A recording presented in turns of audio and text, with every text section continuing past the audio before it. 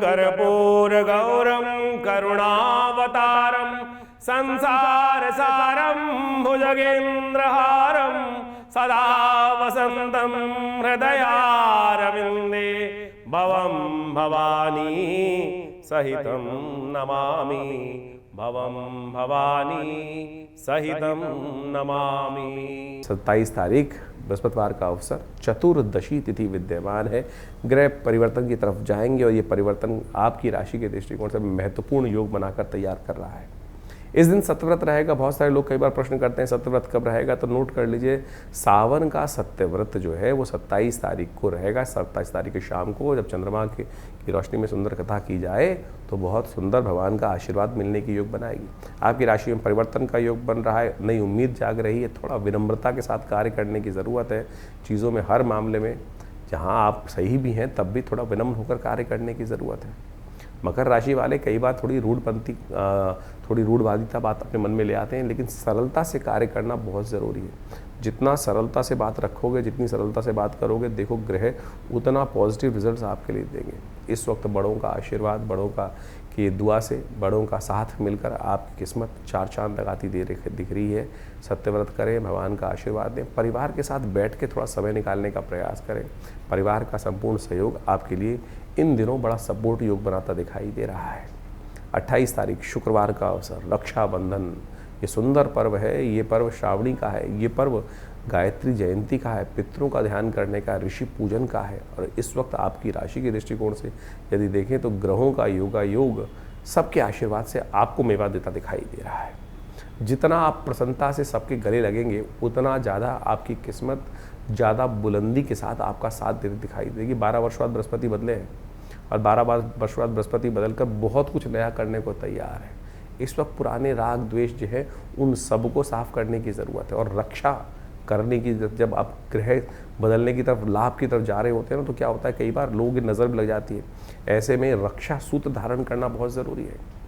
प्राचीन काल में इस दिन विशेष तौर पर यदि माने, जो रक्षाबंधन का सूत्र है वो इंद्राणी ने चमत्कार किया था।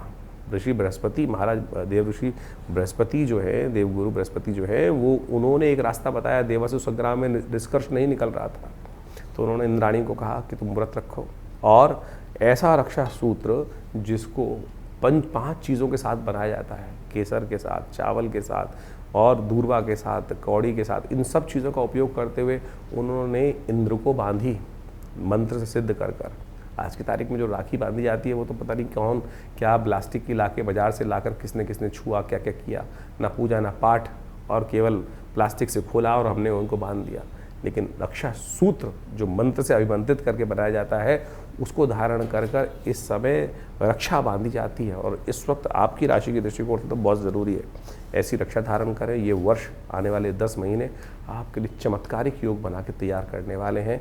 तो इस रक्षा सूत्र पर, इस रक्षाबंधन पर ऋषि पूजन करना आपके लिए बहुत बढ़िया होगा। श्रेष्ठों का, पितरों को कुछ दान तर्पण करना, ब्राह्मणों की सेवा करना, ये आपके लिए बहुत ही कल्याणकारी योग बनाएगा। श्रावणी का पर्व भारतीय संस्कृति में बड़ा महत्वपूर्ण है। श्रावणी हो गया, रक्षाबंधन हो गया, गायत्री जयंती भी इसी दिन होती है। और कहा जाता है कि जीवन में हमारी बहुत सारी मनोकामनाओं को पूर्ण करने के लिए श्रावणी पर्व जो है बड़ा कल्याणकारी योग बनाता है। आजकल केवल रक्षाबंधन के रूप में इस दिवस को केवल मना के छोड़ दिया जाता है, लेकिन भारतीय संस्कृति में इस दिन जनेऊ से परिवर्तन करने से लेकर बहुत सारे और भी कार्य भारतीय संस्कृति में किया जाता है। रक्षा सूत्र जो ये आपको हाथ में राखी बांधने की परंपरा है, ये तो बहुत काल बाद, ये तो इसके बहुत सारे प्रमाण मिलते हैं। बहुत सारे लोगों ने केवल हुमायूं के साथ, कुर्मावती की कथा के साथ जोड़कर इस कथा को केवल भाईचारे के साथ संदेश जोड़ने का प्रयास किया, लेकिन इसका कोई बहुत बड़ा औचित्य दिखाई नहीं देता। शास्त्र में अनेक प्रमाण हैं। कहा जाता है कि द्रौपदी जब वहाँ पर द्रौपदी का स्वयंवर हो रहा था, उस समय भगवान कृष्ण ने जब अपना चक्र चलाया और उस चक्र को ने वापस आके भगवान के स्थान दिया, तब भगवान की उंगली में चोट लग गई थी। तो द्रौपदी ने अपने वस्त्र को फाड़कर भगवान की उस उंगली पर रक्त से जो निकल रहा था उसको बांधने का काम किया था। शिशुपाल का जब भगवान ने वध किया तो उस समय भगवान के हाथ पर आघात हो गया था, रक्त की जो था रक्त निकलने लगा था। तो द्रौपदी उठी और भगवान के हाथ में वो अपने वस्त्र का एक टुकड़ा लेकर बांध दिया। तो भगवान ने आशीर्वाद दिया कि तुम्हारे लिए मैं ऐसे समय में इस एक एक धागे का ऋण से निवृत्त होने का योग बनाऊंगा। जब धृतराष्ट्र के उस हस्तिनापुर के उस राज्यसभा में द्रौपदी का अपमान किया गया, तो भगवान ने उस वस्त्र का अवतार लेकर उस प्रकार से, जैसे भगवान ने द्रौपदी की रक्षा के लिए जब चीरहरण का प्रयास किया गया, तब उस ऋण से निवृत्ति का योग बना। ये राखी की वास्तविक कथा भारतीय संस्कृति के अनुसार से शास्त्र में बताई गई है, लेकिन इसको तो किसी और रूप में आज की तारीख में हमारी मॉडर्न किताबों में जोड़ दिया गया है। लेकिन इससे पहले भी और भी बहुत सारे सुंदर उदाहरण उपस्थित शास्त्र में किए गए हैं। कहा जाता है कि जैन बद्धो बलि राजा, जो मंत्र है इस दिन बांधा जाता है, जैन बद्धो बलि राजा दानवेंद्र महाबला तेन त्वाम प्रतिपद्नामि रक्षे माचल माचल। भगवान भगवती लक्ष्मी इसी रक्षाबंधन के पर्व के दिन भगवान विष्णु को महाराजा बलि के यहाँ से, महाराज बलि जब जिस प्रकार भगवान के जब आशीर्वाद लिया, कहा जाता है कि जब वामन देव के रूप में भगवान अवतरित हुए और महाराज बलि बहुत बड़ा यज्ञ कर रहे थे इंद्रासन प्राप्त करने के लिए, अंतिम यज्ञ उनका चल रहा था। तो 3 पग भूमि उन्होंने मांगी भगवान वामन देव ने भगवान महाराज बलि से। तो 3 पग में उन्होंने पूरी धरा, पूरा संपूर्ण सब चीज़ों को नाप लिया। 2 पग में ही नाप लिया था, एक में तो उसका पूरा राज्य नाप लिया, पृथ्वी नाप ली, दूसरे में समस्त 3 लोगों को नाप लिया। तीसरा पग उन्होंने कहा कहाँ रखूँ, तुम्हारा वचन तो आधा हो जाएगा। जो बड़ा स्वरूप भगवान ने बनाया था, संपूर्ण पृथ्वी में, संपूर्ण ब्रह्मांड में केवल भगवान ही भगवान दिखाई दे रहे थे, उनके पग ही सब जगह पहुंच गए थे। तब महाराज बलि ने भगवान को प्रसन्न करने के लिए अपना शीश उनके चरणों में रखा कि अभी तो आपने मेरे राज्य पर और मेरे विजय हुए जीते हुए राज्य पर ही विजय प्राप्त करी, मेरी समृद्धि पर ही 2 पग रखे हैं, तीसरा अभी आपने मेरे शरीर पर विजय प्राप्त नहीं करी। तब उन्होंने भगवान से कहा कि आप मेरे सिर पर तीसरा पग रख दीजिए, मैं भी आपका हो जाऊँ। भगवान बड़े प्रसन्न हुए, तीसरा पग उन्होंने महाराज बलि के सिर पे रखा।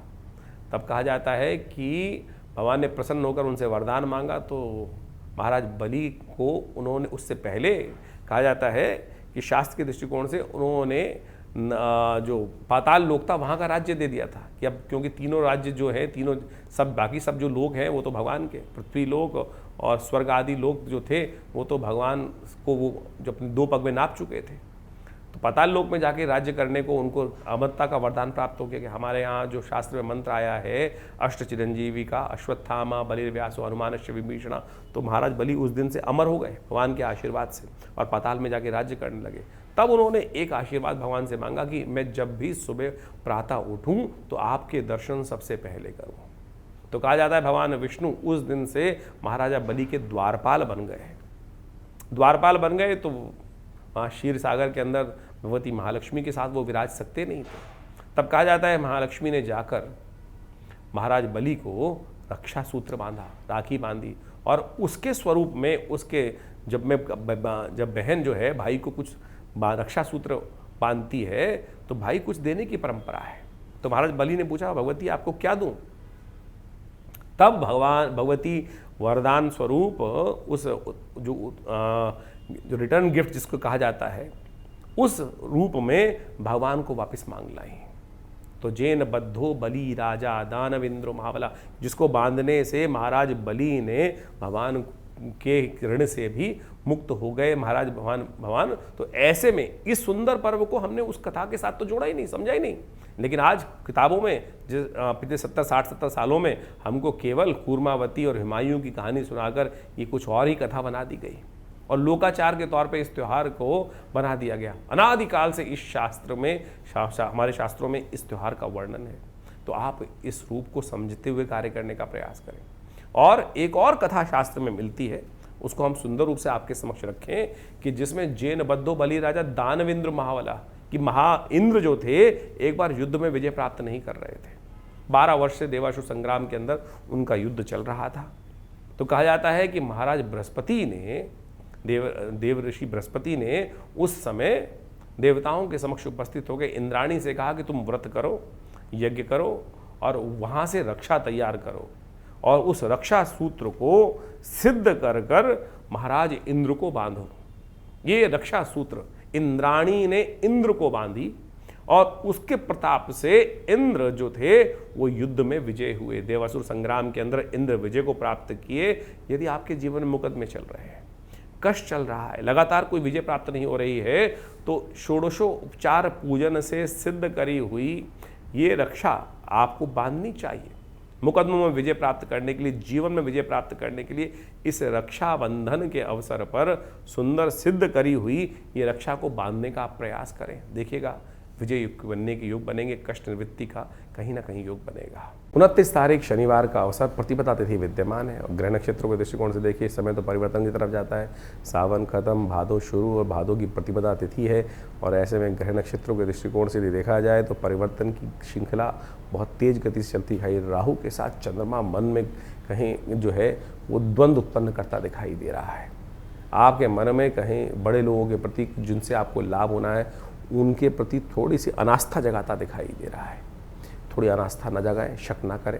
आपका कर्तव्य जो है संपूर्ण रूप से आप सबको विनम्र होकर कार्य करने का प्रयास करोगे तो चीज़ें बहुत अच्छी हो सकती हैं। इस दिन अगस्त उदय हो रहे हैं और कहा जाता है तुलसी बाबा के द्वारा उदित अगस्त पंथ जल शोषा।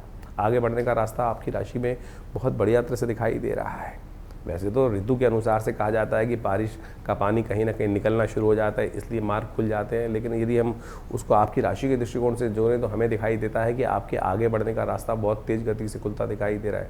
रुकने की ज़रूरत नहीं है, चले वेती आगे चलते चलो।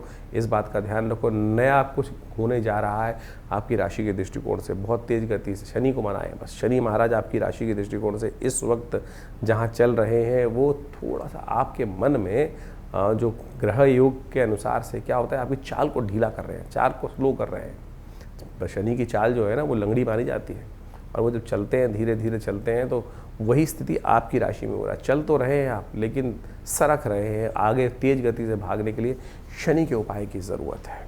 इस दिन आपकी शनिवार है, कोशिश ये करें आपकी राशि के दृष्टिकोण से तिल के तेल का दान किसी युक्त व्यक्ति को अवश्य दें तो आपके लिए देखिएगा मार्ग खुलेगा, आगे बढ़ने के रास्ते बनेंगे। 30 तारीख रविवार का अवसर है, द्वितीया तिथि विद्यमान है और ग्रह नक्षत्रों के दृष्टिकोण से परिवर्तन में चले गए हैं। चंद्रमा शनि के साथ जाके जुड़ गए हैं, पराक्रम भाव में जाकर बैठ गए हैं। पराक्रम भाव में जब शनि के साथ योग बना रहे हैं, शनि जो चंद्रमा महाराज वक्र स्थिति में चंद्रमा है और उनकी स्थिति समझ लीजिए कि वो आगे बढ़ने की बजाय आपको पीछे खींचते दिखाई दे रहे हैं। आपको भी पीछे खींचेंगे। हर मामले में मन में कहीं ना कहीं संकोच उदय करने का योग बनाएंगे। कर नहीं कर, बैठ जा, आराम से क्यों जाना है। थोड़ा मन को ऐसा स्वयं जैसा होता है ना, एक सेब खराब हो और पूरी बकेट में बैठ जाए तो पूरे धीरे धीरे सबको ही गला देता है। ऐसी स्थिति शनि चंद्रमा को मन को भी थोड़ा ग्रसित करता दिखाई दे रहा है। आपकी पराक्रम से भगाता दिखाई दे रहा है। छोड़ निश्चय आलस्य मन में उदय करता दिखाई दे रहा है। रविवार का अवसर है, सुबह उठें, भगवान सूर्य ताकत देते हैं तो इसलिए सूर्य के शनि महाराज के पिता सूर्य का सानिध्य लेने का प्रयास करें। सुबह सुबह भगवान सूर्य का दर्शन करें, उन्हें अर्घ्य दें। एक तांबे के लोटे में थोड़ा सिंदूर डालकर, रोली डालकर और फिर पीला पुष्प डालकर भगवान को यही सूर्य सहस्त्रांशो तेजो राशि जगत पते अनुकंपाय माम भक्ता गणार्गम दिवाकर इस बात का मंत्र जप करते हुए भगवान सूर्य का ध्यान करते हुए उनको जल दीजिए। आपका भाग्योदय होने के योग सूर्य आपके आशीर्वाद से बनेंगे। 31 तारीख सोमवार का अवसर, तृतीया तिथि विद्यमान है और ये तृतीया तिथि जो है वो जो कहा जाती है कजरी तृतीया के रूप से जानी जाती है। भगवती कृपा करने का दिन माना जाता है। इस दिन जैसा दान करोगे वैसा पुण्य प्राप्त करोगे। सौभाग्य प्राप्त करने के लिए कई सारे उपाय शास्त्र में वर्णित किए गए। ग्रहों का खेल भी जो हो रहा है वो भी आपको समझ लेना चाहिए। इस वक्त आपकी राशि के दृष्टिकोण से ग्रहों का खेल जो चल रहा है वो पेंडुलम की तरह है, कभी इधर भाग रहा है कभी उधर भाग रहा है। स्थिरता नहीं आ रही है, मन बड़ा बेचैन है। कहीं ना कहीं बुध कहीं जो कि फंसे हुए हैं सूर्य के अस्त अवस्था में, शुक्र कमज़ोर नीच अवस्था में चल रहे हैं। मंगल की दृष्टि भी पड़ रही है तो रिपु भाव से पड़ रही है, वो भी रिपु बनकर आपके मनोमस्तिष्क को थोड़ा सा नेगेटिव तरफ खींचते दिखाई दे रहे हैं। आपको उठाना होगा, अपने आप को बढ़ाना होगा। भगवती कृपा चाहिए तो हो सके तो एक काम करें, भगवती के मंदिर में जाकर श्रृंगार का सामान भगवती को अर्पित करें। किसी उपयुक्त व्यक्ति को उसका दान करने का प्रयास कीजिए, सपोर्ट मिलेगी, लाभ के योग बनेंगे। सावन के सुंदर अवसर पर ज्योतिष की ग्रह गणना आपने समझी। हर रोज़ ग्रहों का परिवर्तन जिस प्रकार से होता है वो कुछ ना कुछ हमारे जीवन में परिवर्तन लाने का प्रयास करता है, कुछ ना कुछ परिवर्तनों का योग बनाता है और उन परिवर्तनों का प्रभाव जीवन में पड़ता है, चाहे जड़ हो चाहे चेतन। और उन्हीं प्रभावों को यदि हम अपने कर्मानुसार उसको समझने का प्रयास करें, उसमें परिवर्तन लाने का प्रयास करें, तो हम अपने जीवन में समस्त प्रकार के कष्टों का निवारण कर सकते हैं। देखिए, एक बात समझें, शास्त्रों में वर्णित है, बड़े भाग्य मानुष तन पावा। बड़े भाग्य से मानुष तन मिलता है और फिर पता नहीं कितने कितने जन्मों के पश्चाताप के बाद, कितने कितने कर्मों के अनुसार से, शुभ कर्म करने के बाद हम इस जन्म को प्राप्त करते हैं। लेकिन उसमें आकर भी यदि हर क्षण को हम व्यर्थ गवाते चले जा रहे हैं तो फिर हम वास्तविक मनुष्य जन्म का महत्व ही गवाते चले जा रहे हैं। एक एक क्षण, एक एक पल, एक एक जो भी जीवन में घड़ी है वो बहुत महत्वपूर्ण है। बड़ी मुश्किल से आदमी को पूरा मिलाकर कितने दिन जीने को मिलता है। भारतीय संस्कृति में जीवित शरदाम शरदा की बात की जाती है, 100 वर्ष परिपूर्ण मान ली जाए। यदि 100 वर्ष की गणना देखो तो ज़्यादा से ज़्यादा 36,000 दिन व्यक्ति जीवन जीता है और उसमें से हम कितने दिन व्यर्थ निकाल देते हैं, कितना कहीं फालतू की बातों में निकाल देते हैं। तो आए थे हरि भजन को ओटन लगे कपास, यानी हम कहीं ना कहीं अपने जीवन के वास्तविक लक्ष्य को भूल जाते हैं। हम इस जीवन के वास्तविक लक्ष्य को समझें और समय का सदुपयोग करने का प्रयास करें। ज्योतिष विज्ञान का सृजन इसीलिए शास्त्रों के अनुसार से किया गया है मुख्य, जिससे लोग अपने समय को पहचान सके, समय के अनुसार से जो कष्ट है उसका निवारण करने का मार्ग पहले ही निकाल सकें। इसलिए भारतीय ज्योतिष विज्ञान को अध्यात्म विज्ञान के साथ जोड़ा गया। हमारा पंचांग, हमारे पौराणिक कथाएं जितने भी हैं वो हमारा इतिहास है, वो टेस्टिमनीज हैं, वो वास्तविक तौर पर उसको हमें रहस्य समझना चाहिए। आमतौर पे ज्योतिष की जो गणनाएं हैं वो प्रत्यक्ष रूप से आपके जीवन में घटने वाली घटनाओं से आपको अवगत करा देती है, लेकिन उस भार से कैसे बचे जो हमारे कर्म के अनुसार से हमारे साथ जुड़ जाता है। शास्त्र कहता है अवश्यमेव भुक्तव्यम कृतम कर्म शुभाशुभम। और ज्योतिष का जो जन्मपत्री है, जो काल गणना है, वो जो लेखा जोखा खाका है, बैलेंस शीट है, वो आपके जन्म के साथ जो बंध के आती है वो ये दिखाती है कि आप पूर्व जन्म में किस जन्म में क्या कुछ करके आए हैं और उसके अनुसार कर्म अनुसार आपको आने वाले समय में क्या कुछ प्राप्त होने के योग बनने वाले हैं और उसमें आप परिवर्तन कैसे कर सकते हैं। अभी सावन का सुंदर महीना चल रहा है, भगवान की अनन्य श्रद्धा के साथ उनका रुद्राभिषेक, जो भी पूजन पाठन यदि हम करें श्रद्धा के अनुसार से, सत्य माने एक से एक विचित्र घटनाएं जीवन में घटती हैं। उन कर्मों के प्रयास से, उन कर्मों के अभ्यास से, उन सशुद्ध शास्त्र के अनुसार से, उन विधियों का पालन कर कर हम अपने दुष्कर्मों को पुण्य कर्म में परिवर्तित कर सकते हैं। इसमें कोई अतिशयोक्ति नहीं है। भावी वेद सके त्रिपुरारी और टेस्टिमनीज के तौर पर पौराणिक जितनी कथाएं हैं वो शास्त्र में वर्णित है। ये शास्त्र में जो पुराणम के अंदर जो कथाएं आती हैं, लोग तथाकथित तौर पर उसका उपहास आज की तारीख में बहुत सारे लोग उड़ाने का प्रयास करते हैं, लेकिन उन कथाओं के माध्यम से उन व्रतों का, उन विधानों का जो वर्णन शास्त्रों में मिलता है, हमको उसके रहस्य में जाना चाहिए। केवल कथा सुनने से तो विश्वास जागेगा, लेकिन विश्वास जाकर उस व्रत को करने से तब जाके पुण्यों का उदय होगा।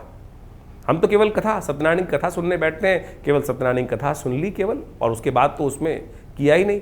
अब रक्षाबंधन का पर्व इतने सुंदर रूप से अभी आया और रक्षाबंधन के पर्व पर क्या किया था इंद्राणी ने, किस प्रकार से 12 वर्ष से लगातार युद्ध चल रहा था, 12 वर्ष से लगातार युद्ध चल रहा था और उस युद्ध का कोई निर्णय नहीं निकल रहा था। तब बृहस्पति महाराज, बृहस्पति देव उपस्थित हुए, इंद्राणी से कहा इस युद्ध को समाप्त करने के लिए, इंद्र को विजय दिलवाने के लिए आप रक्षा सूत्र सिद्ध करें। और पूरे विधान से उस रक्षा सूत्र को सिद्ध कर कर इंद्राणी ने अपने संकल्प के द्वारा उस रक्षा सूत्र को इंद्र को बांधा। इंद्र को बांधा।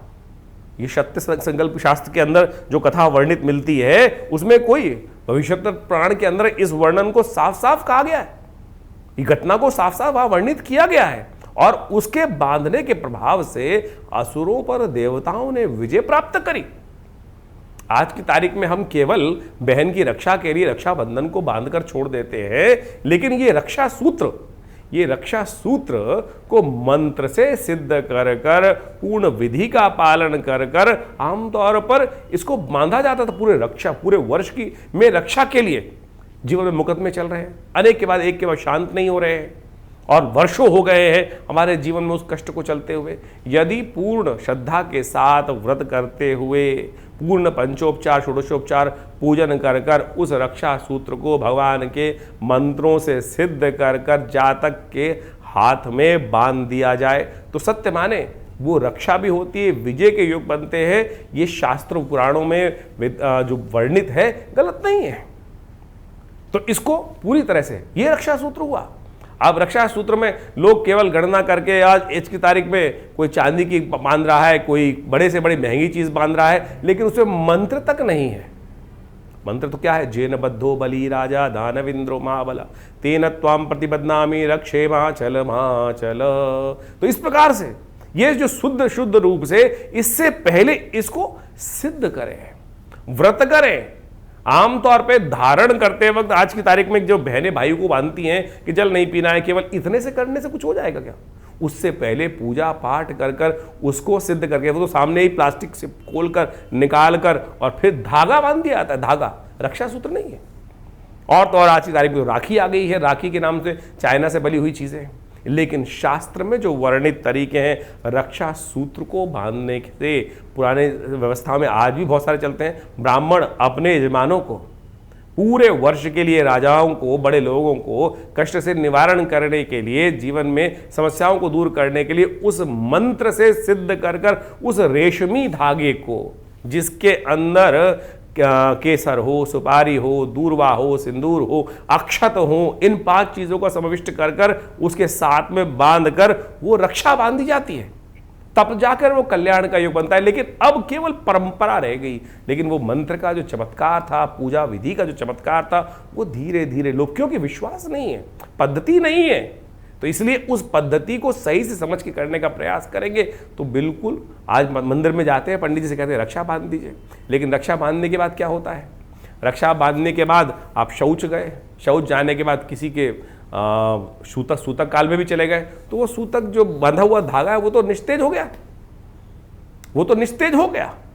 अब सूतक वाली जगह में जाकर शौच के अपवित्र हाथों से आप उसी को आपने धो लिया, उसको धारण कर लिया, तो फिर वो पूजा पाठ वाली चीजें, इसी प्रकार से अंगूठी इत्यादि भी जो आपने धारण कर रखी है, नहीं तो शौच इत्यादि में जाकर अंगूठी उतरती नहीं किसी की और फिर वो उसी से अशुद्ध हो जाती है। अब मंत्र से सिद्ध करी हुई कोई अंगूठी होगी, कोई सूत्र होगा, तो फिर वो कहाँ पवित्रता का कार्य कर पाएगा? इसका पूरा विधान शास्त्र में वर्णित है, पवित्रता के साथ चलता है और सूतक का ध्यान करते हुए, अपवित्रता से बचते हुए तब इन पूजा पाठों की चीज़ों को यदि उपयोग करने का प्रयास करेंगे तो फिर वो चमत्कार वास्तविक तौर पर दिखाने का सुंदर सुयोग बनाती है। तो इस रक्षाबंधन इत्यादि जितने पर्व हैं, इन सब के अंदर जो जो चीज़ वर्णित है, तो आप उनका शुद्ध रूप से कार्य करने का प्रयास करें। जीवन में अनेक समस्याओं को दूर करने के लिए शास्त्र में अनेक उपाय समय समय पर शास्त्रों में, पुराणों में वर्णित है। उन पर आवश्यकता है सही से शोध करने की।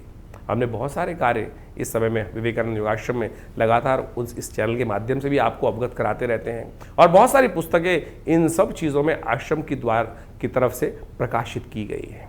वो समय समय पर आपको हम दिखाते भी रहते हैं, बहुत सारे मुद्रा विज्ञान पर, बहुत सारे और विषयों पर, जैसे ये क्या, क्यों, कैसे और कब, और इसके साथ ही चमत्कारी योग मुद्राओं के द्वारा कैसे विभिन्न रोग ठीक कर सकते हैं, ये हम आपको कई बार मुद्राओं के माध्यम से बताते हैं। जैसे कान में दर्द है, ये शून्य मुद्रा 3 मिनट करके तो देखिए, कान में होने वाली जो यहाँ तक की जो आवाज़ भी है, टेनाइटिस जैसे रोग भी इस मुद्रा के अभ्यास से ठीक हो जाते हैं। हृदय रोग के लिए ये मृत संजीवनी मुद्रा, किसी को नींद नहीं आती, इंसोम्निया है, स्ट्रेस है, बहुत सारी बीमारी, उसके लिए ज्ञान मुद्रा। ये छोटी छोटी मुद्राओं का अभ्यास यदि आप नित्यपति करें तो इसके ऊपर भी बहुत सारी पुस्तकें बहुत समय से प्रकाशित आश्रम से की जा रही हैं। सपने आते हैं आपको, सपनों के बारे में लोग इतना भयग्रस्त हो जाते हैं कि पता नहीं सपनों में देख लिया तो क्या उसका प्रभाव होगा। कई तो ऐसे फोन आते हैं कि दिन में साहब ऐसा जलता हुआ देख लिया, ऐसा कुछ और देख लिया।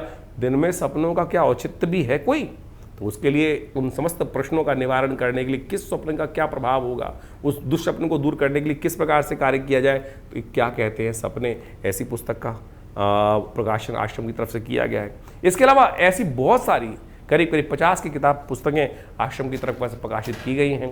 पूरा हॉस्पिटल है जो योग, प्राकृतिक चिकित्सा, आयुर्वेद के क्षेत्र में कार्य कर रहा है। नित्य प्रति आश्रम पे 8 घंटे यज्ञ चलता है। भगवान की कृपा से आप सब लोग उसमें कई बार कई कार्यक्रमों में सम्मिलित हो सकते हैं। हर रविवार को सुबह वाले कार्यक्रम में, मंगलवार को शाम को सुंदरकांड के अंदर और नित्य प्रति विभिन्न कार्यक्रमों में जो जो समय समय पर चलते हैं उसका निमंत्रण हम आपको देते ही रहते हैं। तो वास्तविक तौर पर हमारे शास्त्रों की वैज्ञानिक विधियों को समझने का प्रयास करें। अब महामृत्युंजय मंत्र के बारे में ऐसी भ्रांति पूरे संसार में हो गई है। बहुत सारे लोगों से पूछो, आप लोग जन्मपत्री दिखाते हैं, कई बार हम पूछ लेते हैं भैया कौन से मंत्र का जप कर रहे हो, तो कोई बताता है महामृत्युंजय मंत्र का जप करें, कई कहते हैं सुनाओ। तो जब वो सुनाते हैं तो वो कोई भी मंत्र जिस प्रकार से बोल दिया जाता है अशुद्ध कैसे करेगा काम। मंत्र वास्तविक तौर पर तभी कार्य करेगा जब उसका शुद्ध उच्चारण हो। आमतौर पे जो महामृत्युंजय मंत्र के नाम पर त्र्यंबकम यजामहे सुगंधिम पुष्टिवर्धनम इसी को कह के सुना देते, बोले महामृत्युंजय मंत्र हो गया है। ये मृत्युंजय मंत्र है, त्र्यंबकम यजामहे सुगंधिम पुष्टिवर्धनम। ये यजुर्वेद के संहिता के अंतर्गत आया मंत्र है। इसका जो महामृत्युंजय है वो वशिष्ठ जी के द्वारा बनाया गया है। फिर वो कैसे कार्य करेंगे। गायत्री मंत्र तक तो लोग अशुद्ध उच्चारण करते हैं। मंत्र का उच्चारण जिह्वा का व्यापार जब तक शुद्ध नहीं होगा, सही नहीं होगा, विधि का पालन नहीं होगा, तब तक ये मंत्र अपना चमत्कार कैसे दिखाएंगे। कोशिशें करें इन समस्त विधियों को सही से समझें और पवित्रता का ध्यान रखें। जो हमारे शास्त्र में वर्णित चीज़ें हैं कहीं कपूर कल्पित नहीं है, कहीं अतिशयोक्ति नहीं बताई गई है, लेकिन यदि पूर्ण विधि का पालन किया जाए तभी वो कार्य करके दिखा सकते हैं, नहीं तो वो कार्य नहीं होगा।